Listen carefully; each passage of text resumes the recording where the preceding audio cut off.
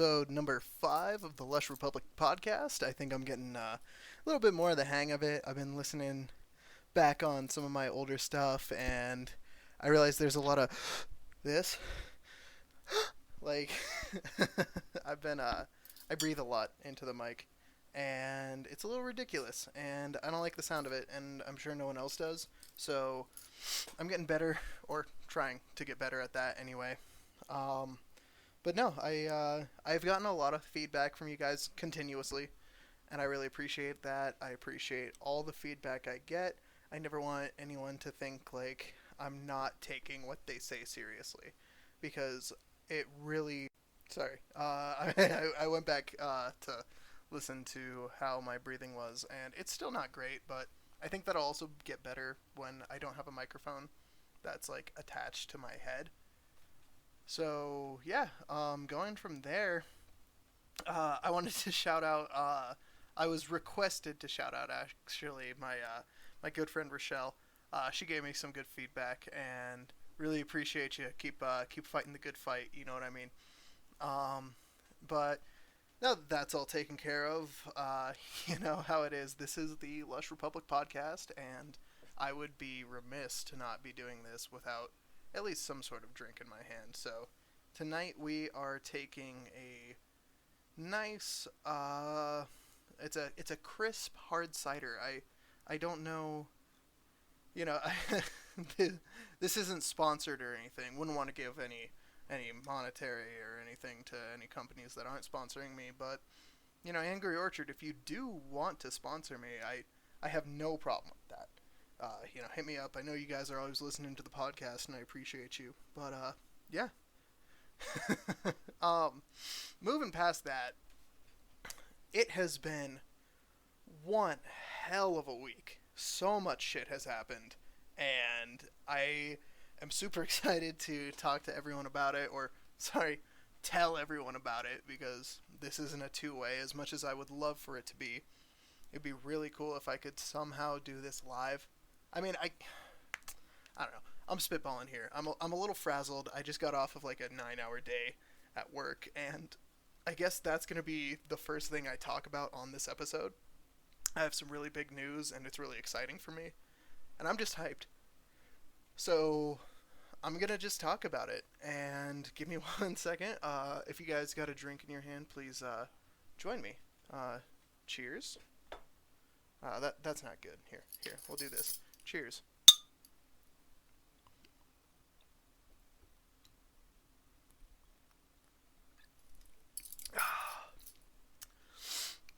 Man, I'm not a fan of hard ciders, but yeah, we'll get to that. So yeah, I got. I don't know if I call it a promotion or if I just got another position at work, but like I said before, I work at a brewery, and I am now training to do brewing. I spent all of today, like I said, 9-hour shift, just brewing, and it was super cool. This has been, you know, I've been a long time consumer of alcohol, but not a long time brewing. Me and my buddy, we'll call him J.A. Me and my buddy J.A. We started making mead, which if you don't know, it's called honey wine because it's literally just honey, water, and yeast. At like its very basic core. I mean, you know, a lot of people like you want to add like you know stuff to like help the yeast and everything, but the very basis of mead, because it's the oldest alcoholic drink. I mean, this stuff occurs naturally in the summer. Say there's a beehive and it's in a tree, and it rains during the summer. Then the natural yeast that's in the air will get into the water and honey mixture, start eating up all that sugar that is developed from the honey, and it'll turn it into alcohol. And it's super cool. So I like just like as like a passion project myself, I decided to start making mead, and couldn't have come at a better time. I actually asked my boss. I was like, hey, like, those little they're called hydrometers, but I didn't fucking know. I was like, those little things that measure the alcohol content, like in a home brew or whatever. Like, where would be the best place to find those? And he was like, oh, I'll show you. And he just brought me to the back into the brew house, and he was like, here you go. He gave me one. I was like, can I borrow this? He was like, you can have that. He was like, do you want three? Because he's like, I got a bunch of these fuckers, and I don't need any of them. I was like, I mean, I'm good with the one for now, but I appreciate it.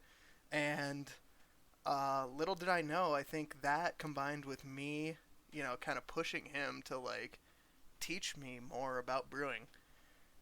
He called me up yesterday, and he was like, hey, so how would you feel about learning the brewery and learning how to brew beer and basically how to be like essential to the business? And I was like, I would absolutely love to.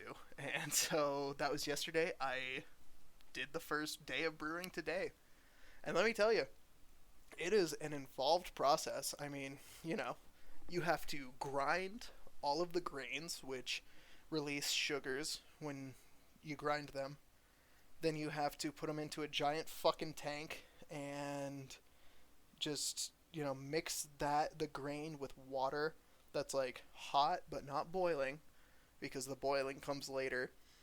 And I'm not going to bore you guys with all the details, but just know it's really fucking cool. And today was absolutely pivotal for my knowledge going forward. And I want to shout out my buddy Eric at the brewery I work at. He is awesome. He was teaching me really well. He just he kept saying how much he doesn't like training and how much he's like, I've never trained like this before. And Eric, I know at least sometimes you listen to this podcast, so I just want to say you rocked it. Like, obviously I can't take myself from every step because it's a fucking 8-hour process to do what I did today, and that I didn't even do all of it. But no, what you taught me today is going to stick with me. So I just wanted to give another quick shout out to you for that. So yeah, I started a new position at work, and that's just number one of today. Let me take another drink, and if you guys got a drink too, let's cheers. I'm not trying to be too arrogant, if you will, but let's cheers to me getting a new position. That was terrible. Here, let's try that again.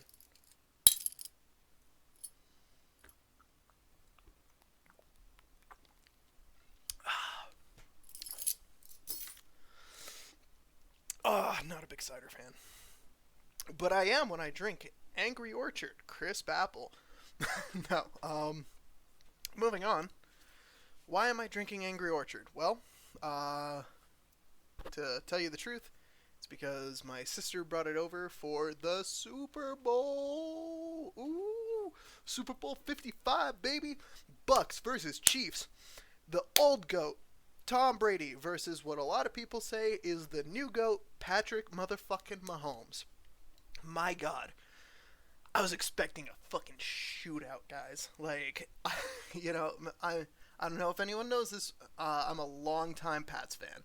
My dad grew up in New England, and he has just been a Patriots fan from the start until now. And, when I was a little kid, I was like, oh, yeah, I like the Broncos. They got a horsey. And I was like, oh, that's fucking, whatever. And then I realized people are going to call me a fair weather fan. I realized the Broncos are fucking trash. And I was like, you know what? Like, I got to be a Pats fan, Like, I love the Patriots. I love Boston. I love Vermont. I love that whole area. And, like, it was a good way for me and my dad to bond, too. So I was like, you know what? No, like, I'm a Pats fan. And that was probably 8 years ago, but I never really watched sports before this year. I mean, I've always watched, not always, for about 2 years now I've watched F1, but up until this year when, you know, we're all so bored from COVID, I never really gave a shit about sports. Uh, I would watch F1, and maybe if I was off of work, I'd go to a Super Bowl party. But it wasn't about the game for me. It was about, beer and snacks. But this year, this was the first Super Bowl I really gave a shit about, which is ironic because my Pats weren't playing. But at the same time, they kind of were, you know? Brady just, he's crazy. Like, not to sound like Joe Rogan, Brady, Tom Brady's crazy, you know? Jimmy, pull that up. Bert, I was talking to Bert Kreischer, and, he was telling me this the other day. Tom Brady, he has Jamie, pull that up. The 3 point, what's his name? Steph Curry. Steph Curry. Did you know Brady and Steph Curry have the same chance of Brady going to the Super Bowl and Steph Curry hitting a 3-pointer? I mean, that's crazy. Chip will fuck you up. No, but you guys know me. I always like to get sidetracked. But no, it was like I was watching the Pats. We had Brady out there, we had Gronk, and it was just weird too, because I love the Chiefs. Like, watching Patrick Mahomes and Tyreek and Kelsey and fucking Matthew, like watching the offense in Tyreek Hill, Kelsey, Travis Kelsey, I forget the other people, and then the defense, Matthew and Jones. Like, it's been awesome watching them play this whole year. I mean, they were fucking dominant in the preseason and in the postseason. I mean, that I talked about the Bills game. Ooh, excuse me. I talked about the Bills game last week and how crazy that was, but they were so fucking good. Like, I mean, their secondary quarterback was fucking awesome. And watching the Super Bowl was fucking insane. I mean, they didn't get a single touchdown. The fucking superstar offense that they have on the Kansas City Chiefs, and they didn't get a single touchdown. All they got was 3 fucking field goals. How? And I'll tell you how. It's because of that fucking defense that the Buccaneers have is absolutely insane, full of rock stars, and the offense is they have Brady. I remember I was reading a little fucking news clip about the Buccaneers. They apparently, like, some of them were crying after winning the NFC Championship over Green Bay, and Brady, like, yelled at them. And he was like, basically like, what the fuck are you crying for? We're not done yet. And that just stood out to me. I was like it or not, you may not like that style, but that's a fucking leader right there. That man knows what he's doing. He knows what he's saying. He's been here 6 fucking times before. More. He's been more than 6. I don't even know how many times. No, he's been there fucking 9 times before then. Beating in the AFC Championship. But this was the first time in the NFC Championship. And the first time in, like, something like 27 years for the Buccaneers. I'm going to get that wrong. People are going to tell me, but whatever. And they were crying. And he was like, we're not fucking done yet. And it was just really cool, guys. Like, watching Brady just do his thing. I mean, I was rooting for them like I was rooting for the Pats, which is fucking awesome because, a lot of people have been, like, called Brady, like, a traitor and shit on the Patriots subreddit, and, like, fucking, he gave us 6 Super Bowl rings, dude. Like, have a little respect. And so, I was rooting for him, and I'm so glad he pulled it off because no one can deny he's the fucking GOAT now. I mean, he did it. He went to the Super Bowl 9 fucking times as a Patriot. Then, he was like, you know what? I'm not going to be able to go again with this team, which hurts, but it's understandable. And he was like, I want another. I want a fucking another. And so he went to a different team during COVID-19, no preseason, and he fucking won the Super Bowl. Tell me he's not the GOAT. You know, fuck what you think. He is. He's the greatest of all time. Holy shit, I've been talking about the Super Bowl for like 8 minutes now. Moving on further, I got a tattoo this week too. It is my 6th tattoo, if you do not count the scar on my left leg from when me and my buddies tried to do home tattooing, which I would never recommend. Oh wait, sorry, my right leg. I would never recommend doing a home tattoo, especially the way we did it. I'm not going to get too into it, but let's just say stick and poke fucking sucks, and it doesn't stay, because this tattoo was black, and now it's just a red scar, and it's going to be on my body forever, and I kind of love it. But, no, I got my 6th tattoo, and I got it as a group tattoo with 2 of my buddies, and we all have the same tattoo in the same place on our left legs. I will put it up in the video right now, so if you're just doing audio, you'll be able to switch over to the YouTube video and check that out.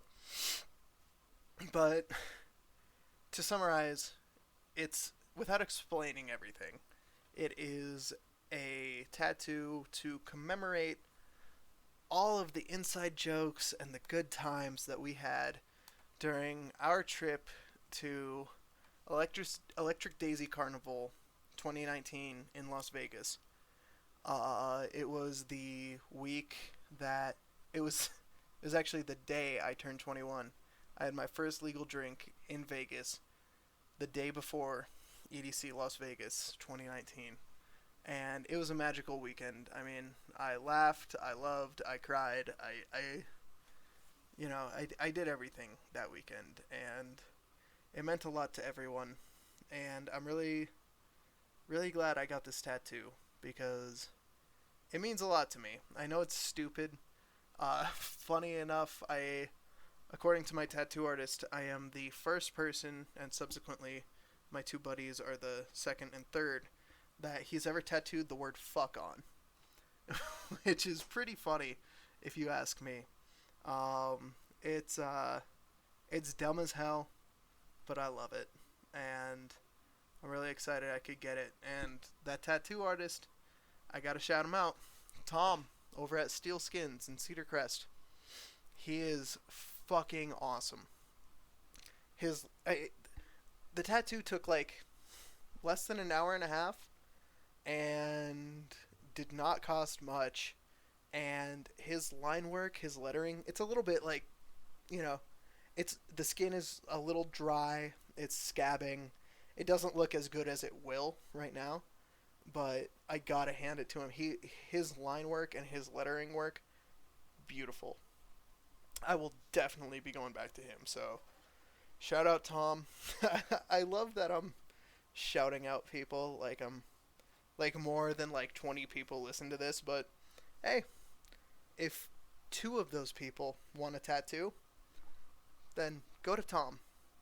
If you're in Albuquerque, make the drive up to Cedar Crest, go to Steel Skins, because he will not disappoint. So shout out to him. I said it was a busy week, but I don't really know what else has happened. I kind of feel like I've said everything I wanted to say. I know this one hasn't been like too funny. Maybe I could do a little riffing, maybe some stand up for you guys. Okay, so how about this one? Stand up time. So you know how it is. Well, people who work in the service industry they know exactly what I'm talking about. And people who don't work in the service industry, go fuck yourself. No, I'm just kidding. But no, seriously, I think it should be a government mandate. You know, like Finland and Israel, like they all have like laws that you have to like be in like the armed forces or like some kind of like public service for like 2 years or some amount of time. And in America, we don't have any laws like that. And well, I don't necessarily agree with something like that. What I would petition for is people having to spend a year as either a waitress or a retail worker or a chef, or sorry, line cook, something.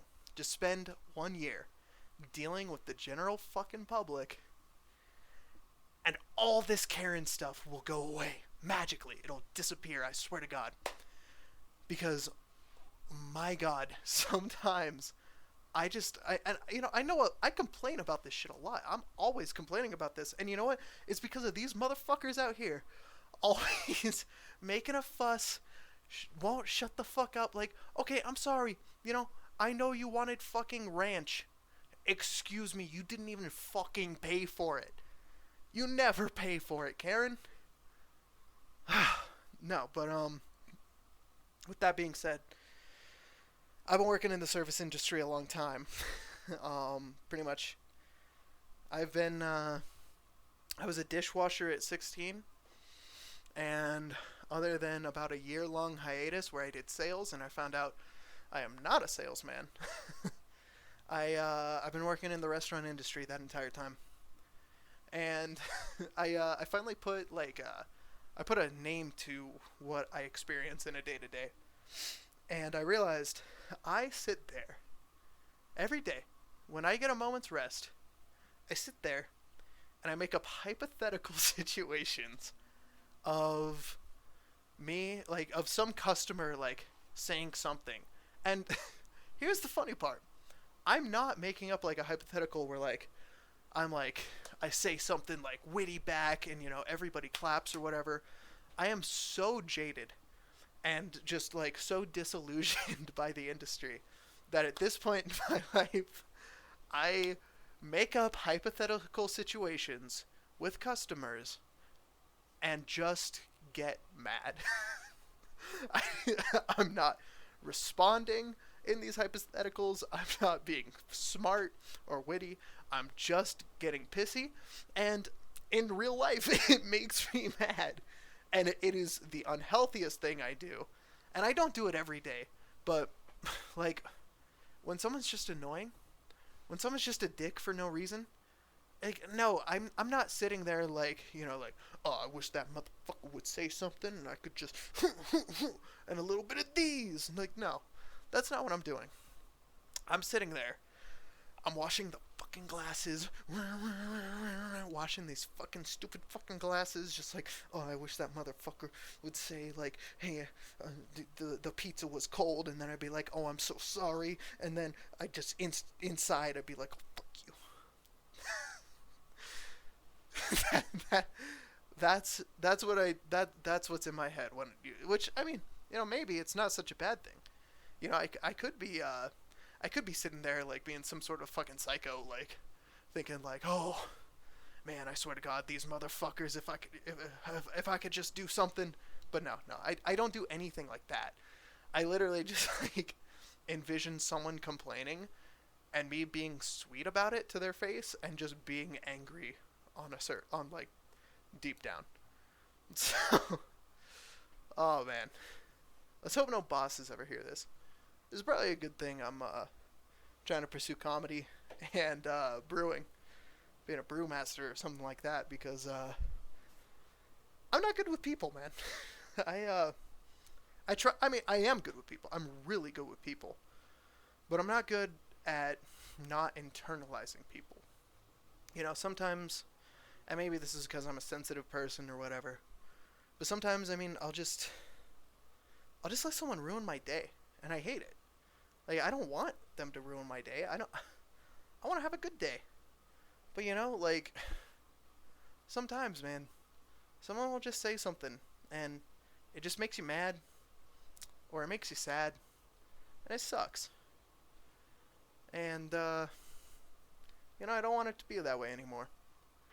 So, a good friend of mine once told me, it's like your feelings and your heart. Your heart is like your house, right?